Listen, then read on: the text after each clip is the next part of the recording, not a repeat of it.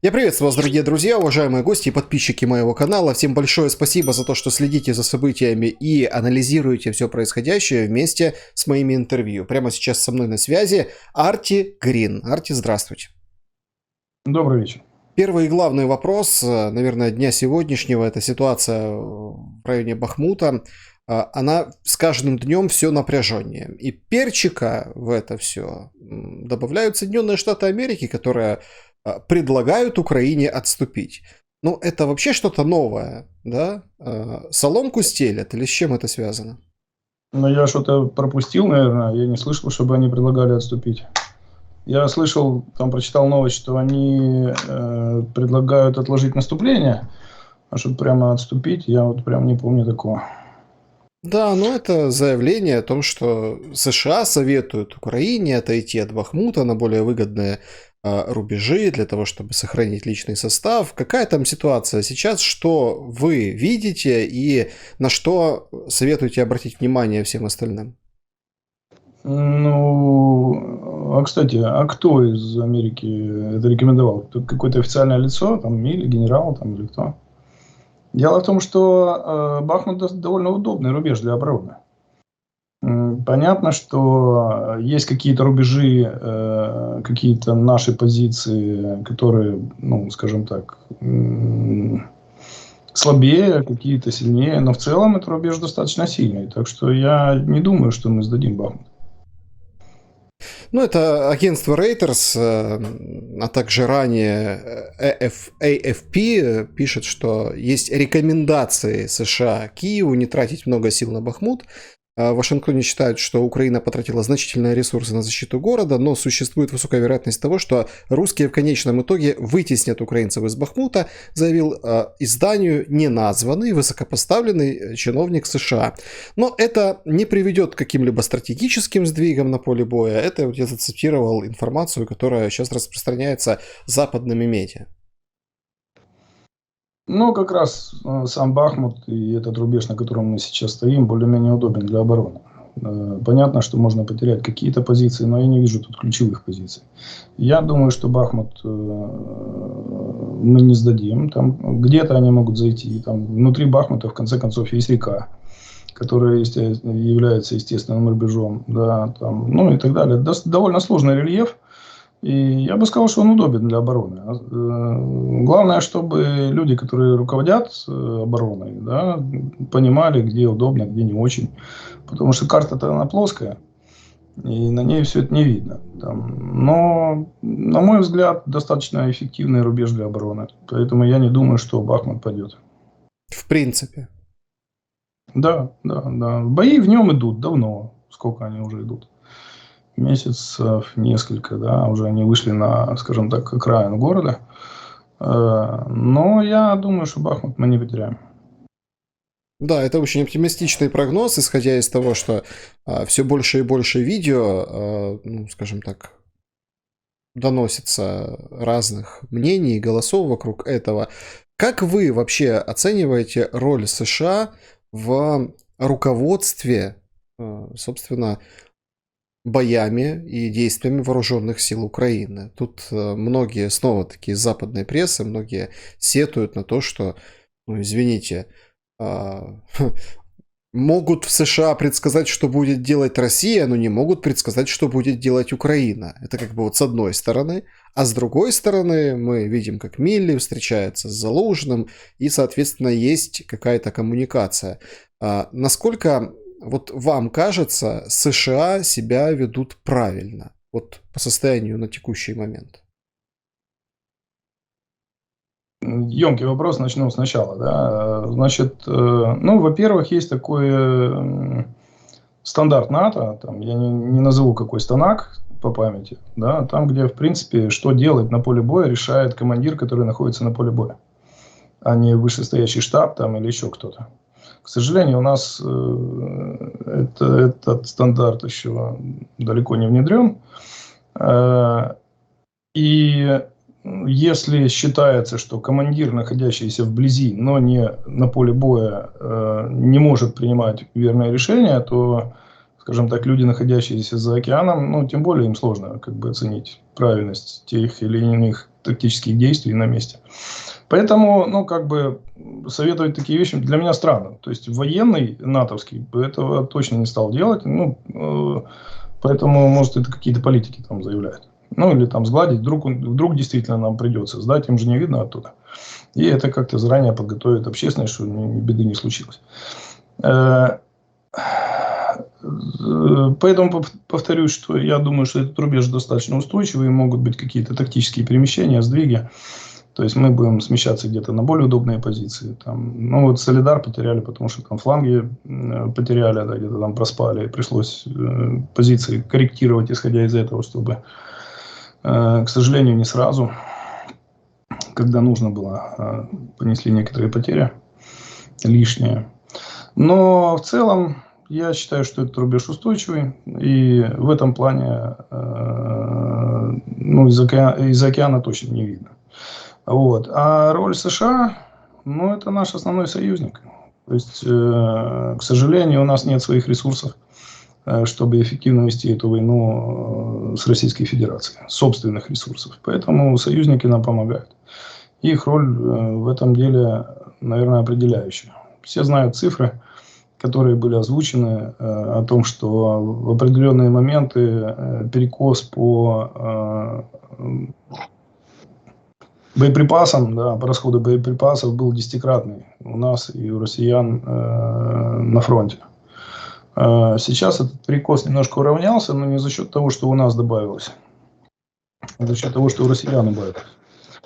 Ну и, соответственно, вот эта пропорция на самом деле, она характеризует количество потерь, в том числе с нашей стороны. То есть, насколько кратно, да, уменьшится огневое воздействие, ну, настолько, ну, наверное, не прямо кратно, да, не в прямой зависимости, но существенно и снижаются потери войск, находящихся в обороне.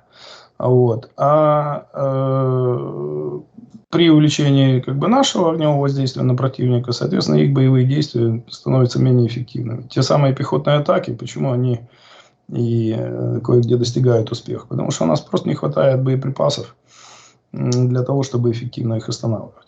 Там определенных калибров, я тут не буду там вдаваться в подробности, это лишнее делать в открытом эфире. Но там, где пехота противника имеет успех, явный недостаток боеприпасов с нашей стороны.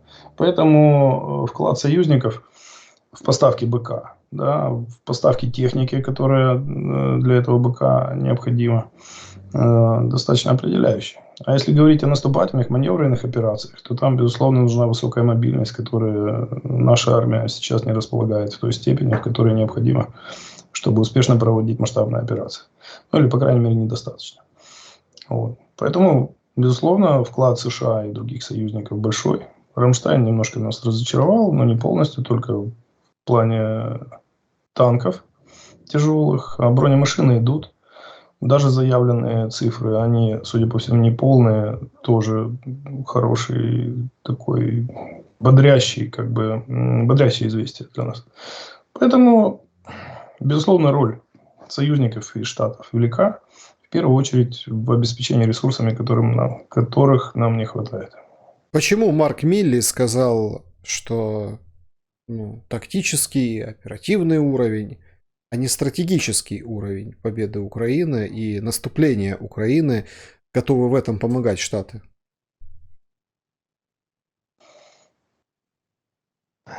Ну, мы давно подозреваем, что они не спешат нас вооружить достаточно, чтобы мы разгромили всю российскую армию, находящуюся в Украине. Вот. В этом есть какие-то, наверное, политические резоны. Нам, правда, это обходится дороговато, чем дольше затягиваем войну. Но, опять же, война закончится не выходом на границы. Война закончится, когда прекратится огонь с двух сторон. Потому что ракеты могут летать и через границу. Поэтому я не буду там влезать в эти тонкости политические. Я их просто не знаю. Могу там что-то предположить. Но, исходя из того, что происходит, они, видимо, считают, что даже с выходом на границы победа не будет достигнута. И империя зла не потерпит поражения, потерпит, скажем так, для нее Украина это тактическое поражение, для Российской империи. А для нас это будет там, стратегическое, но опять же победой будет окончание боевых действий, когда страна сможет жить мирной жизнью. Поэтому я не берусь судить, у них, видимо, свои резоны, но дают они нам действительно дозированно. Так, чтобы мы не рухнули, чтобы мы, в принципе, имели какие-то тактические успехи, или, по крайней мере, угрожали ими противнику. Вот. Но не так, чтобы мы взяли и решили этот вопрос в течение пары месяцев. Танки, говорят, до весны будут. Почему Россия и российская сторона сейчас не наступает? Потому что фактически может быть истрактован Рамштайн, да, его итоги, как такое приглашение наступать до весны, или нет? Ну, видимо, да. То есть идет поставка вооружений, исходя из того, что они ожидают от нас каких-то там мобильных действий, да. То есть пока такого тактического, оперативно-тактического уровня. Арти, но я имел в виду несколько другой вариант. Ведь, это же совершенно логично с любых позиций и подходов военного, невоенного, гражданского, да, на то, что происходит и что сейчас будет делать Российская Федерация. Все ждут, что будет встречный огонь, встречные курсы. Украину уже, собственно, озадачили, что наступление должно быть весной на Рамштайне, а России, получается, нужно идти вперед раньше. Как вы оцениваете такой сценарий? Ну, Россия атакует. Я бы сказал, это не наступление, а проводит атакующие действия. Да? То есть они явно не носят какого-то характера с выходом на какие-то оперативные просторы, да, там, с переводом операций в оперативное и тем более стратегическое русло. Хотя я же не располагаю данными, какие есть резервы в России. А вот разведка американская наверняка ими располагает. И наша разведка располагает. Но Буданов ведет себя спокойно, то есть он как бы не заявляет о том, что есть какая-то угроза какого-то стратегического наступления. То есть, видимо, этих резервов недостаточно для того, чтобы организовать наступление на каком-то другом направлении. Они сейчас занимаются тактической вознёй на Донбассе, то есть выполняя свой заявленный план об освобождении в лотках Донбасса, значит, от укрофашистов. Ну, вот они этой вознёй занимаются. Ну, им как бы такими темпами еще долго этим заниматься, пару сотен лет надо. Поэтому я думаю, что здесь как бы вряд ли что-то проявится. Хотя, видите, они технику спрятали. То есть, какие-то у них виды есть на нее, да, и где-то она может появиться. То есть, совершенно не исключено, что какие-то творческие планы у них зреют. Но наша бы разведка уже давно бы знала, если бы такие силы были подготовлены к броску и сформированы на каком-то из направлений. Вот. Я думаю, что наш стратегический уровень армейский эти вещи отслеживает. Хотя, просто как аналитик, да, не располагающий разведданными, я не ожидаю от них ничего другого, кроме того, чем они сейчас занимаются. То есть, тактическая возня на Донбассе. И скорее такой шантаж. То есть, мы будем воевать пока, до упора. А вы там не хотите мириться на наших условиях, значит, война будет вечной или очень долгой. Вот. И, видимо, эту игру приняла Америка. Давайте посмотрим, у кого больше хватит ресурсов. Вот. В этом плане нам это тоже, конечно, не очень подходит, потому что страна находится, мягко говоря, в военном положении. Причем вся, от западных границ до Восточного фронта. Вот. Но мы в данном случае ничего сделать не можем. Мы не располагаем ресурсами, чтобы решить вопрос военным путем окончательно. Провести стратегическую операцию по освобождению всех наших территорий. И повлиять на поведение господина Путина мы тоже как-то не можем. То есть, у него свои творческие планы. Будем защищать свою землю, пока есть ресурсы на оборону, накопим ресурсы на наступление, будем наступать. То есть, наша задача абсолютно понятна. То есть, программа минимум – это выход на границы начала масштабного вторжения, но мы их точно повторить не сможем. Вот, то есть это будет какая-то другая линия. Там вполне возможно и наиболее вероятно, что это будет именно линия государственной границы на востоке. То есть с Луганском и с Донецком. Потому что если фронт у них посыпется, то глубина-то у них там пару сотен километров, то, может, уже добегут до границы и спрячутся там, как это было на севере, северо-востоке у нас. То есть Весной. вы думаете, такой возможен сценарий, и не расцениваете эту, ну вот это короткое плечо, да, от Луганска, Донецка, да, до границы, как часть вот этой оперативной глубины? Ну, вы посмотрите, какая ситуация была на Херсоне, да, на Харькове, на Харьковской операции. Да. Они просто, когда оборона была прорвана, там у них паника, они просто тупо убежали за ленточку. Вот, понимаешь, что мы туда дальше не пойдем. Если мы сделаем прорыв на восточном направлении, я думаю, что они поступят точно так же. Просто побегут за ленточку. Вот. Ну, кто-то там останется, там, в Донецке, там. Но, скорее всего, исходя из того, что мы знаем о противнике, наиболее вероятно тотальное бегство. Оно такое заразное. То есть, как в том фильме, да, ну, все побежали, и я побежал. Вот. Поэтому, если будет прорыв, глубина-то тут до границы, там, пару сотен километров всего, я думаю, что мы на границе и закончим. Мы же не будем останавливаться, где тут там мы стояли-то на какое-то число. Естественно, пойдем дальше. Ну, на границе остановимся. Ну, это я так моделирую, да, потому что мы не будем вот так возиться, как они сейчас вот этими тактическими боями, укладывая штабелями вагнеровцев там, перед нашими позициями там, и отбирая там, в месяц там, пару километров. И то, если повезет. То есть, если мы будем проводить операцию, то совершенно другого рода. И тогда как бы добежать эти 200 километров, может быть, там, за сутки-двое успеем. Да, Вот. понятно. В обычной войне будет именно так. На ваш взгляд, зачем в Москве на крышах ПВО?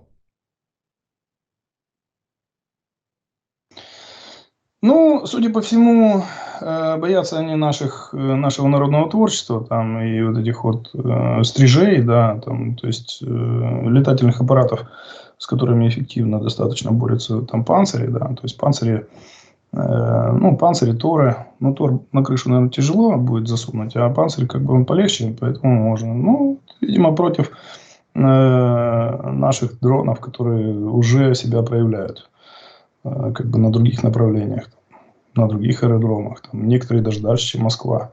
То есть, ну, в принципе, мне понятно абсолютно, чем это вызвано. Ну, просто это же картинка шок-контент. Абсолютно новое понимание войны, когда в центре в Москве, на высотке или там на здании Министерства обороны стоят ракеты. В Лосином острове тоже ракеты. Ну, это уже совсем другое. Хорошо, да. Пусть видят войну у себя дома, там, в Москве. Не забывают о том, что она есть. Вот. Не знаю, будут наши там летать или нет. Ну, на самом деле, панцирь достаточно эффективен против дронов такого рода целей. И у нас есть тоже потери наших боевых дронов от именно панциря. Там вот первые, кстати, на этой войне потери были именно панцирь сбивал наши там фурии и лелеки. Ну, видимо, они этот опыт решили перенять и как бы защитить какие-то свои объекты, которые им там особо важны. Насколько я слышал, там Министерство обороны, здание, там это, что еще? Кремль, как же? Кремль, да, и там какая-то база Путина под Москвой. И, да, и аэродром Газпромовский. Ну, да, чем больше они их распихают по России, тем меньше их будет на фронте. Поэтому нам это как бы на руку. Да, хорошая логика. Давайте поговорим о нас, об украинской армии. У вас на страницах в соцсетях, я вот апеллирую к аудитории, очень прошу перейти, почитать, посмотреть. Очень интересные мысли о том, почему Украина не выигрывает. И, собственно, речь там вы ведете в там, командирах. Но не вот этих вот наивысшего звена, а вот такого высокого, среднего звена командирах. Рассуждайте об их IQ приверженности там, к поколению и традициям. Там. прошлых лет. Скажите, вот возник у меня вопрос. Неужели Украина сейчас не выигрывает из-за этого? Ну, я вам скажу так, если поменять наш оперативный уровень командования, то есть есть стратегический уровень командования, это главком, да, его аппарат и генеральный штаб. Все остальное это уже оперативно-стратегический, оперативно-тактический уровень. Вот там у нас большая беда. Там живет поколение офицеров, которые воспитаны были в постсоветской армии. Не в советской, а именно в постсоветской армии. То есть большая часть службы они провели с 91 по 13 год, 2013 год, это 22 года, да, когда украинская армия была никому не нужна. Вот никому. Да, и абсолютно бедственное состояние было военнослужащих там, поэтому как бы лучшие кадры ушли. И вот из тех, кто остался, да, вот сейчас поколение полковник плюс. И это большая проблема на самом деле. То есть это носители определенной этики, которая совершенно диссонирует с этикой людей, которые пришли на фронт после 2014 года. Но у нас некоторое затишье было после 15-го, опять поуходили. Кто-то оставался, единицы остались. Вот, допустим, из тех, кто пришел в 2014 году, там до 21-го дотянуло, я не знаю, 5%, может быть. Я имею в виду весь состав, от рядового до командного. Но опять же остались те же полковники, генералы, которые были и так далее. Тут я обобщаю, как бы, да. Потому что переходить на личности я перейду на это дело, но после войны сейчас это как бы нельзя делать. И конкретные примеры, где они как бы допускают ошибки, которые нам дорого стоят, я тоже не могу. Потому что сейчас такую информацию нельзя давать в открытый доступ.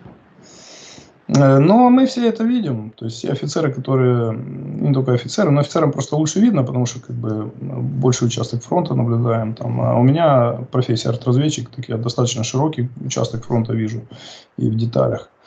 Конечно, обрадоваться, да. То есть если взять вот эту вот всю, условно говоря, пласт офицерский, да, от высшего верхнего тактического до там оперативно-стратегического уровня заменить, к примеру, на офицеров НАТО, воспитанных в этике НАТО, имеющих знания и кругозор натовский, то я думаю, что мы бы войну закончили давно. Полным разгромом противника. Вот я в этом убежден. И это и есть как бы большая проблема. И даже необученность, там многие говорят, что как бы и вот в младшем звене там рядовые сержанты там, и так далее. И дело в том, что кто должен заниматься их обучением, подготовкой и так далее. Вот именно вот все те, да, не занимать их там всяким бумаготворчеством, да, там абсолютно бесполезным, там приходит какой-то деятели такой уже мхом заросший начинают там нас спрашивать про карту, там, что-то мы там нарисовали, не нарисовали. То есть нам нужно держать специального там человека, который будет рисовать карту для этих идиотов. Никто не пользуется сейчас у нас этими картами. Все живут в планшетах и в виртуальных инструментах. К примеру, да, навскидку. То есть это я не говорю о том, что это было когда-то. Это буквально может сегодня где-то происходить в каком-то из подразделений. Кто-нибудь придет и начнет умничать, что там, значит, не в том месте на карте написано или не тем почерком, или не той толщины шрифтом. Какой-то такой бредотень. И эти люди все заняты какой-то работой. Там ходят все в больших погонах. То есть у них такая кипучая деятельность идет. Прям по Кавке все. Вот. А воюют, совершенно другие люди на самом деле. А эти как бы мешают. Вот. Но, тем не менее, без оперативного звена это невозможно воевать. То есть, кто-то должен расставлять бригады, ставить какие-то задачи, да, там, определять полосы, распределять боеприпасы там, и так далее. То есть, это функция, которую кто-то должен выполнять. Вот сейчас у нас эту функцию выполняет, мягко говоря, персонал довольно низкого качества. И если его теоретически, да, заменить на такой крепкий натовский стандарт, то совершенно по-другому бы развивались события, у нас был бы совершенно другой уровень потерь и так далее. Там, а мы сейчас слышим, что вот у нас там трусы-солдаты, где-то что-то оставили, где-то убежали. Так вопрос не по адресу. Никогда солдат не виноват. Это значит, он или не обучен, или не подготовлен, или у него младшие командиры неправильные назначены и тоже не подготовлены. И так далее. Ну, к сожалению, нет легкого решения, то есть вот так взять и заменить всех, ну, как бы сложно, да, то есть надо их вырастить где-то. Вот есть пласт, который пришел после 2014 года, есть, в принципе, лучшие из тех, которые были, то есть я не могу сказать, что все, кто служили там до 2013 года, там, профнепригодны, это совершенно не так. Безусловно, есть ну, как бы разного уровня командный состав. Есть и среди оперативного уровня довольно сильные офицеры, да, и генералы даже. Вот. Но на самом деле это действительно такая серьезная проблема. И область, в которой можно существенно повысить эффективность, даже заменяя внутри этого армейского организма, значит, одних людей на других. Надо сменить этику внутри этой системы. Да? Сейчас она неправильная. То есть сейчас этика, скажем так, от батальона, вот до батальона, да, там одна, а дальше начинается другая этика, совершенно, я бы сказал, они плохо сочетаемые, да, и вот этот вот барьер, вот там, где все как бы воины, и там, где начинаются уже иерархические вот эти вот игры, кто там старше, кто начальник, кто умнее, значит, а кто подчиненный, тот дурак, это на самом деле имеет место быть. И оно не ушло никуда, никуда оно не делось. Родом оно из постсоветской армии.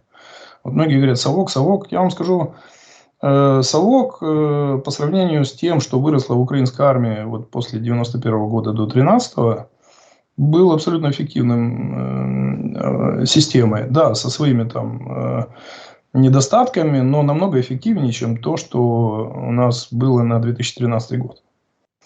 Например, я тут недавно проводил, ну, ездил в отпуск краткосрочный, ежегодно. Мне нужно было там по семейным делам.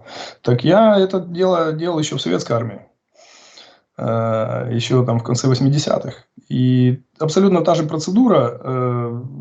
Я помню, как это было там и как это было здесь. Здесь я намотал 150 километров, проехав по 5 штабам. Ну, как бы это, в принципе, они сидели бы, если в ППД, то в одном бы помещении. Но в любом случае посетить надо было что-то человек 8.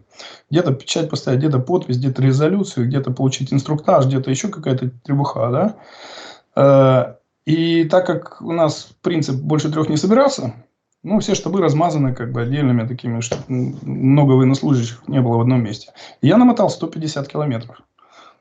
Всего-навсего собрав, мне нужно было срочно вылететь. Поэтому, собрав вот эти вот все процедурные дела, да, мало того, мне еще пытались завернуть, но из уважения к сединам там не отправили меня там исправлять опечатку случайно в каком-то из там. Этого всего не было. Я ездил в краткосрочный отпуск в советской армии, и у меня это заняло минут 20. Написать рапорт, зайти, получить резолюцию, написать резолюцию там командира батареи управления, начальника штаба полка, отдать в строевой отдел. Тут же мне выписывают этот лист, и в соседний кабинет захожу, ставят печать. Все, я поехал. То есть, вот 20 минут, да, и полный рабочий день, 150 километров в ближнем, на ближнем районе фронта, да. Ну, это маразм, такого в советской армии точно не было. Да. И это одну процедуру, да, а теперь вопросы списания там чего-то там. Почему все отказываются от министерских мавиков? Да потому что они у нас как семечки разлетаются, а процедура списания полученного по линии Министерства обороны она доведена до абсурда. И голова болит у начальника штаба не тем, как лучше организовать боевые действия, а как это всю требуху списать, чтобы кто-то заполнял рабочую карту, что когда приедет проверяющий, они что-то вдруг начали ездить, как будто победу почувствовали. Вот. Должна выглядеть, значит, так, как им хочется, там, и так далее, а не заниматься планированием боевым или боевым управлением. Ну, вот это вот все, это не советская армия. В советской армии вот 90% маразма, который я вижу сейчас, он родом уже из украинской армии. То есть, вот эти двоечники, которые остались, как бы, ну, извините, что я, может, всех так назвал, но я знаю, ну, и меня знают многие там, офицеры, как бы, старшего звена, там, и полковники, и генералы. Но они все тоже знают, что двоечников много. И процедуры идиотские. И большинство этих процедур изобретения украинской армии. Поэтому термин «совок» я не отмазываю совок. Я говорю о том, что это все родилось уже Много из этого родилось уже в Украине. Made in Ukraine. Но тут тоже возникает, ну, как бы, если перевернуть немного картину, доску, тут тоже возникает вопрос. Не каждый же там стойкий боец на передовой, там, герой, прошедший вот окопы, там, в разных направлениях, может командовать себе подобными. То есть вот эта лестница и вертикаль из окопа простого солдата наверх, она срабатывает или не срабатывает. То есть нужно проходить это пекло, чтобы грамотно руководить, или ну, совсем другие навыки нужны? Ну, не только навыки, но и качество. Да, то есть навыки это как бы эрудиция, да, качество это вот лидерство. Да, вот если такое английское слово leadership, оно такое не имеет прямого перевода на русский, но это, в принципе, где-то можно сказать лидерские качества. То есть способность утвердиться в коллективе как лидер, который будет вести этот коллектив в нужную сторону. Так вот, это качество в нашей армии, мягко говоря, отсутствует. Потому что лизоблюдство, там вот это, чего изволите перед началом, оно абсолютно не совмещается вот с тем, что называется лидершип. А критерием роста в нашей армии как раз является, что вот начальству ты нравишься, там, не задаешь глупых вопросов, не рассказываешь им, что они там что-то неправильное там советуют или приказывают. Вот, ты, значит, удобен. А если у тебя вечно чего-то тебе не хватает, патронов, снарядов, там, техники там, или еще что-то, что должно обеспечить, или связи там, с соседями там, хотя бы. Я не говорю о том, что чего может не быть в принципе, да, но элементарные вещи, там, организовать взаимодействие с соседями, с средствами огневого поражения, которые участвуют в той же операции. Обеспечить связь – это все абсолютно достижимые вещи, которые тоже не делают. Вот. Но как бы у нас принято так, вот, не задавать лишних глупых вопросов, приказ получил, все, иди и умирай. Ну, или там, занимай высоту, там, или еще что-нибудь, выбивай противника откуда-то. Вот. Так вот, командир, который скажет, обеспечьте мне, пожалуйста, вот это. Так, этого нет, хорошо. Значит, будем исходить из того, что этого нет. А если и этого нет, то, господа, извините, никакой наступательной операции я проводить не буду. Я, как командир, не возьму на себя ответственность за эту операцию, потому что она заведомо провальна. Вот такого командира тоже разжалуют. И у меня на глазах тут комбаты, которые примерно, даже не так, а гораздо скромнее, излагали сомнения в обоснованности каких-то там тактических операций, слетали с должностей. Или такие шли на проведение этих операций, они, естественно, проваливались по причине того, что вот без этого и этого и этого, это как бы в принципе недостижимая задача. Но раз не справился, все, значит, следующего ты нам не подходишь. То есть система кадровая внутри воюющей армии абсолютно та же, ну, к сожалению, в значительной степени, как и была в той самой постсоветской армии. Там, где задача подчиненного, значит, не раздражать начальство. А лучше как бы вызывать у него как бы позитивные эмоции тем, что, значит, восхвалять его там или еще что-нибудь в этом духе. Подхвали меня по мелкому. Да. Но эти качества несовместимы с лидершипом. А без лидершипа эти люди не будут лидерами коллектива. А если нету коллектива лидера, то они будут бежать откуда угодно. Да? Мало того, они, вот половина из того, что они будут говорить, что у нас нет связи, там, противотанковых средств, к примеру. Ну, я тоже помню навскидку, когда там заявляли. Там связи с артиллерией, значит, контрбатарейной борьбы, когда их безнаказанно расстреливают, и как бы никто не подавляет огонь и так далее. Ну, много из того, что они говорят, правда. Вот. Ну, как бы им сказали там умирать. Ну, как бы вот не все на это согласны. То есть я не всех оправдываю, потому что есть случаи, когда действительно отступало подразделение, но винить надо не солдат, которые отступили. Это совершенно точно не их вина. Потому что все солдаты, надо понимать, что во все подразделения плюс-минус одинакового качества поступает личный состав. То, что один личный состав работает вот так, а другой совсем по-другому, не потому что людей подбирали вот туда вот трусов, а сюда вот героев. А потому что эту систему организовали неправильно. А кто это должен организовать? Вот некоторые думают, что издать указ, там, расстреливать там, перед строем тех, кто будет там отступать, и как бы вопрос будет закрыт. Ну, это неправда. Это совершенно точно не будет работать. Да, это очень интересная изнанка, о которой говорят мало в силу совершенно разных причин. Но это действительно является ответом на вопрос, а почему не побеждаем? Это же не ответ на вопрос, почему не победили, а вот, ну, есть же как бы Да. длительное, да, длительный глагол. Побеждаем, нужно идти, побеждать. А, Друзья, подпишитесь, пожалуйста, на мой канал, поставьте лайк этому видео, напишите, что вы думаете об услышанном. Это очень, ну, так, интересный взгляд внутрь того, что происходит. У меня финальный вопрос к вам на сегодня, да?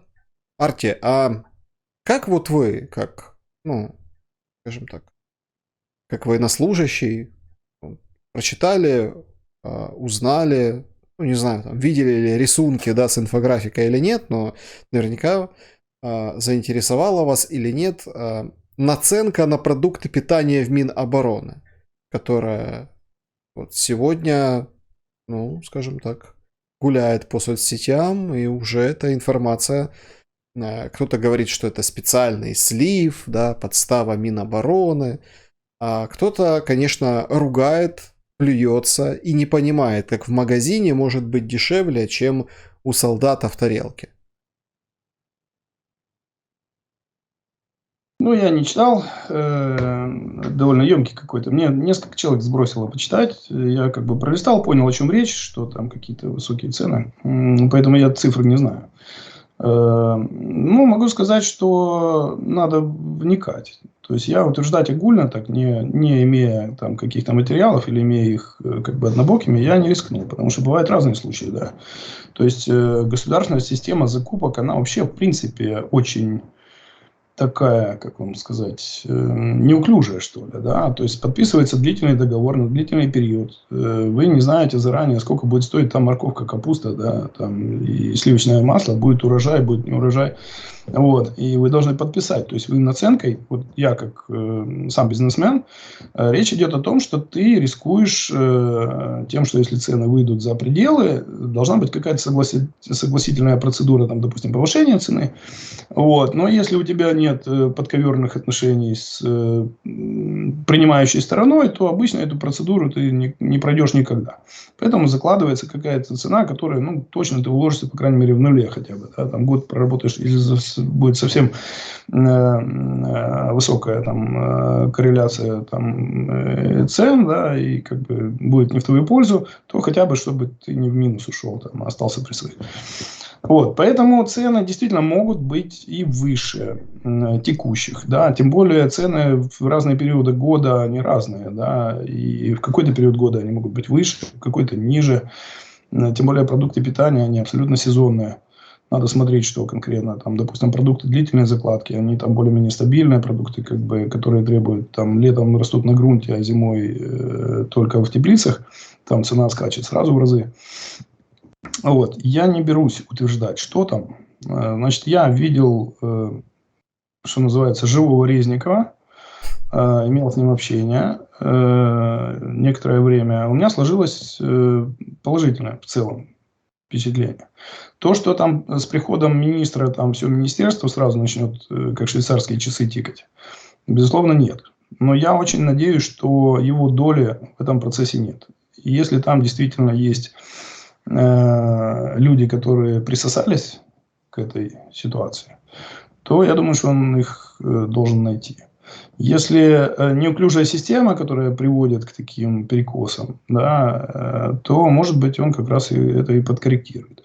Вот. Но вы же представляете, какой объем работы свалился на министра обороны с 22 февраля. То есть я, например, вижу огромный пласт работы, который сделан, который там пластами лежал и плесенью покрылся. Но явно не везде и не все. Особенно самая большая проблема – это кадровая. То есть найти человека, который точно там будет сидеть на мешке с деньгами, ничего оттуда не вытянет, ну, довольно проблематично в Украине, я вам скажу. А чтобы он при этом еще и понимал, как эти механизмы работают, это еще сложнее. То есть найти и то, и другое в одном человеке – это просто праздник. Вот. Поэтому я представляю, какие у него проблемы. Потому что организм, которым он руководит, разросся в несколько раз за очень короткий промежуток времени, а до него там конь не валялся. Поэтому я бы точно не стал плеваться в Резникова, дал возможность ему разобраться, тем более он реагирует на вещи, то есть я имею в виду, которые имеют общественный резонанс. Ну и посмотрим, как разберется. То есть, и тогда уже, может, у меня появится время, я там почитаю детальный там, разбор. Там не поверхностный какой-то, у нас украли. А там, где будет какая-то более-менее аналитика. Ну, Тогда посмотрим. просто вот эти цифры я сразу хотел бы, чтобы все помнили о недавнем задержании целой группы дельцов, которые нажились на солдатской тушенке. Причем там несколько миллионов было, и было задержание, и тушенку конфисковали. Ну, сообщают, что ГБР всех наказало, и, собственно, тушенку солдатам вернули. Сколько еще вокруг этого, конечно, предстоит узнать и разобраться, но тем не менее я благодарен вам за то, что вы поделились своими мыслями и нашли время. Спасибо большое. Спасибо взаимно. Друзья, берегите себя, всем всего самого доброго, до новых встреч, увидимся.